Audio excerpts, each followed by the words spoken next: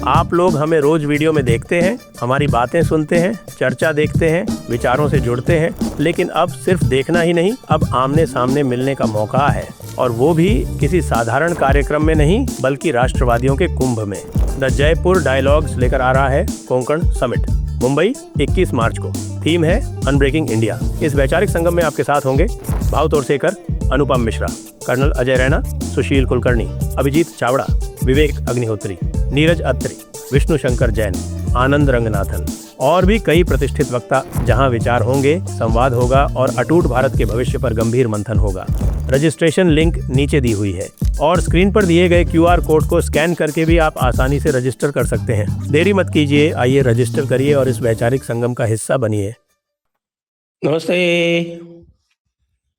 आप सभी से अनुरोध है कि कृपया हमारे चैनल को सब्सक्राइब करें, और सब्सक्राइब करने का मतलब ये है कि थोड़ा सा नीचे जाएं और थोड़ा सा दाहिने जाएं, सब्सक्राइब बटन को क्लिक कर दें।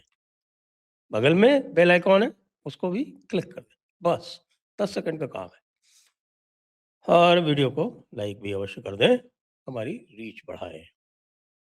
इधर बातें ये हो रही हैं कि साहब पार्लियामेंट में भारतीय जनता पार्टी इतनी डिफेंसिव क्यों दिख रही है।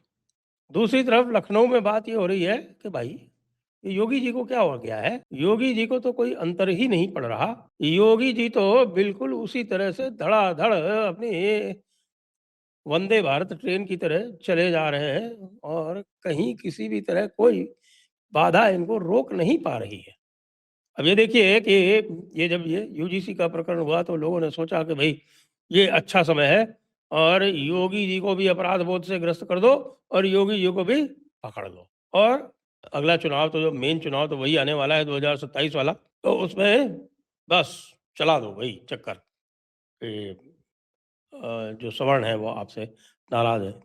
योगी जी को एक लेश मात्र अंतर नहीं पड़ा, और उन्होंने जितना भी कहा और कहा वो सबके लिए कहा, जिसको हम कह रहे हैं कि सबका साथ सबका विकास, वो उसी तरह से चल रहा है। जितनी भी स्कीम्स आई वो सबके लिए आई, जितने भी अलग अलग निर्णय हुए सबके लिए हुए। ना काहू से दोस्ती, ना काहू से बैर। बजट आया, आपने देखा बजट भी गजब का था। बजट ये दिखा रहा है कि पिछले 9 वर्ष में योगी के कार्यकाल में उत्तर प्रदेश की जो पर कैपिटा इनकम है वो 2.5 गुना बढ़ गई है, और बजट लगभग 3 गुना हो गया। उत्तर प्रदेश जैसे छोटे राज्य के लिए ये कोई कम बात नहीं है। उत्तर प्रदेश जो है अब वो बिल्कुल नीचे बीमारू राज्य हुआ करता था किसी ज़माने में, अब वो 17वीं 18वीं रैंक पर आ गया है।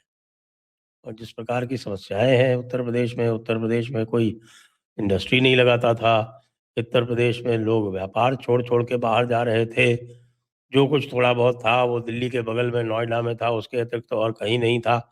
आज आप देखें तो उत्तर प्रदेश की रैंकिंग जो है वो इंडस्ट्रियलाइजेशन, जो फास्टेस्ट इंडस्ट्रियलाइजेशन है, उसमें सबसे टॉप पे आती।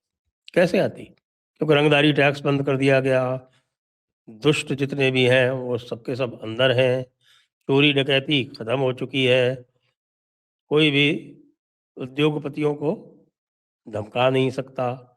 इसीलिए आपने देखा होगा कि पंजाब के उद्योगपति पहले गए भगवंत मान के पास और उनसे कहा कि भाई आप हमारी जो है वो जान माल की और हमारे व्यापार की सुरक्षा की गारंटी दीजिए, नहीं तो हम जा रहे हैं उत्तर प्रदेश। जो कुछ भी कहा भगवंत मान ने वो कहा होगा, या जो भी नहीं कहा होगा वो नहीं कहा होगा, लेकिन अगले 48 घंटे के भीतर वो सारे उद्योगपति लखनऊ में थे, योगी जी से भेंट कर रहे थे, और योगी जी ने हाथों हाथ उनको लखनऊ के पास में एक स्थान है, एक जिला हेडक्वार्टर है हरदोई, उसके पास में उनके लिए अलग से पूरा एक इंडस्ट्रियल हब बना दिया, और उनमें से अधिकतर वहाँ शिफ्ट कर चुके हैं। ये है गवर्नेंस मॉडल।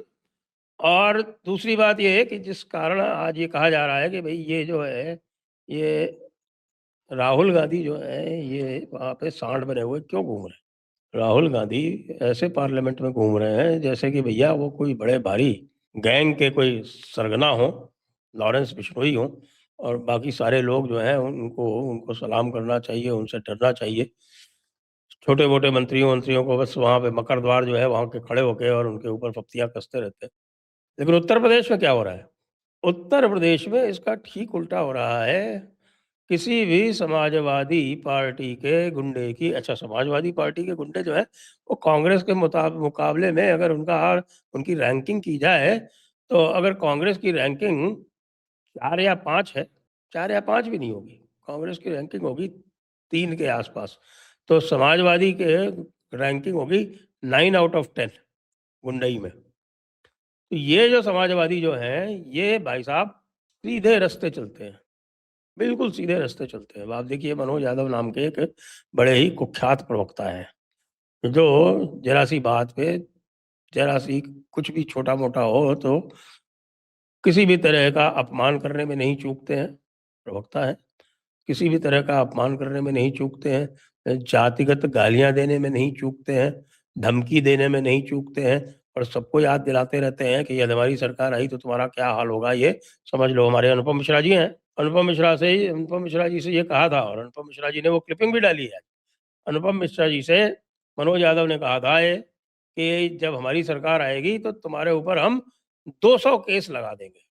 मनोज यादव जी के विरुद्ध एक एफआईआर होती है एससी-एसटी एक्ट में और उन्होंने कुछ कर्म किए हैं उसकी वजह से हुई है, ऐसा नहीं कोई उनको किसी फर्जी मामले में कर दिया हो। उनको ये अभिमान था। पार्लियामेंट को याद कीजिए, राहुल गांधी को अभिमान है कि उनको कोई टच नहीं कर सकता। राहुल गांधी तो क्या, जयराम रमेश जैसों को अभिमान है कि उनको कोई टच नहीं कर सकता, कि मोदी सरकार में इतनी हिम्मत नहीं है।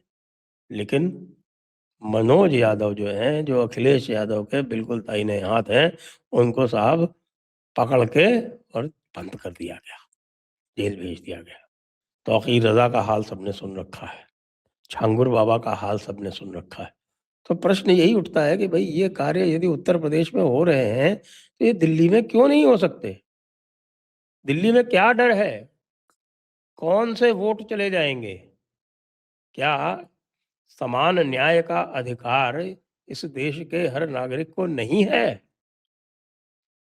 आज की सुन लीजिए, आज राज्यपाल के अभिभाषण पर बहस आरंभ होती है और योगी जी का वक्तव्य आज होता है उसमें, और आज उन्होंने अपने वक्तव्य में सबकी खिंचाई कर दी, अच्छी खासी तो खिंचाई कर दी लोगों की। अच्छा, एक बात और बता दें आपको, योगी जी जब बोलते हैं ना, तो किसी की हल्ला-गुल्ला करने की सामर्थ्य नहीं होती, ज़्यादा से ज़्यादा वॉकआउट कर जाते हैं, क्योंकि उनको अच्छी तरह से पता है। तो ये योगी के यहाँ अनुशासनहीनता कतई बर्दाश्त नहीं की जाएगी। ये मोदी जी की पार्लियामेंट नहीं है, ये लखनऊ की विधानसभा है। कतई बर्दाश्त नहीं की जा सकती। इसलिए आपने देखा होगा कि जब अखिलेश यादव हुआ करते थे, तब अखिलेश यादव ज़रूर बीच में उठ के टोका-टाकी कर लिया करते थे, जिसका उन्हें माकूल जवाब मिल जाया करता था। और उसी का आप याद कीजिए कि माफिया को मिट्टी में मिला देंगे, इसी अखिलेश यादव की टोका-टाकी के कारण ये एक रिस्पॉन्स आया था और माफिया को वाक़ई मिट्टी में मिला दिया गया और हम सबने देखा, हम सबने देखा। तो आज भी काफ़ी चुटकियाँ लीं योगी जी ने, बीच में कोई नहीं बोला। आप सोच सकते हैं कि योगी जी के आसन की घेराबंदी ये समाजवादी पार्टी के गुंडे कर सकते हैं? सोचिए। तो मैं भी कहूँगा भैया कि मोदी जी ऐसा क्या आप उदारता दिखाते रहते हो? ऐसी भी क्या उदारता है जिसको कि सामने वाला आपकी कमज़ोरी समझ ले, आपकी दुर्बलता समझ ले, ये मानने लगे कि आप उनसे डरने लगे हो? मैं मोदी से नहीं डरता, मोदी मुझसे डरता है। मकर द्वार पे खड़े होके सब पे फप्तियाँ कस रहा है, जितने भी आ जा रहे हैं सांसद, बीजेपी वालों को, खास तौर से बीजेपी वाले बेचारे नज़र झुका के निकल जा रहे हैं, जैसे कि वह सामने कोई दादा खड़ा हुआ है गली का और उनको सबको जो है वो छुप के निकलने की ज़रूरत पड़ रही है। योगी का स्वभाव अलग ही तरीके का, और मुक्तेश्वर आनंद का भी कार्यक्रम कर दिया आज। सबसे पहले तो समाजवादियों का कार्यक्रम कर दिया और महर्षि व्यास का उदाहरण देके बता दिया कि भई महिलाओं का आदर-सत्कार कैसे किया जाना चाहिए। और कैसे अपने से आयु में बड़ी हर महिला को माता के समान आदर दिया जाना चाहिए, और ये बताते हुए पूरी समाजवादी पार्टी की फीत उतार दी। ये भी कह दिया पांडे जी से, मतादीन पांडे जो समाजवादी पार्टी के वहाँ पे विपक्ष के नेता हैं, लीडर ऑफ ऑपोजिशन। ये भी कह दिया कि आपकी हिम्मत नहीं थी, आपको पता था कि आप इनको कंट्रोल नहीं कर पाओगे, इसलिए आप स्वयं नहीं आए। वो एब्सटेन कर गए उस टाइम पे। अभी मुक्तेश्वरानंद जी के बारे में भी आज कह दिया, पूरी अच्छी तरह से बता दिया कि जिनकी आप तारीफ़ कर रहे हो और जिनके बिहाफ़ पे आप जो है वो सनातन धर्म के पुरोधा बने बैठे हो, वो उनको क्यों आपने पीटा था फिर? इतना ही अगर प्रेम है, तो आपने क्यों उनकी पिटाई की थी? ये बता दीजिए। कोई उत्तर नहीं, कोई उत्तर दे ही नहीं सकता। शंकराचार्य किस तरह से बन गए हैं, शंकराचार्य जो है वो क्या कोर्ट में चल रहा है, वो सब बात खरी-खरी बिल्कुल स्पष्ट बात, उसमें कोई पॉलिटिकल करेक्टनेस का कोई एक भी पुट नहीं।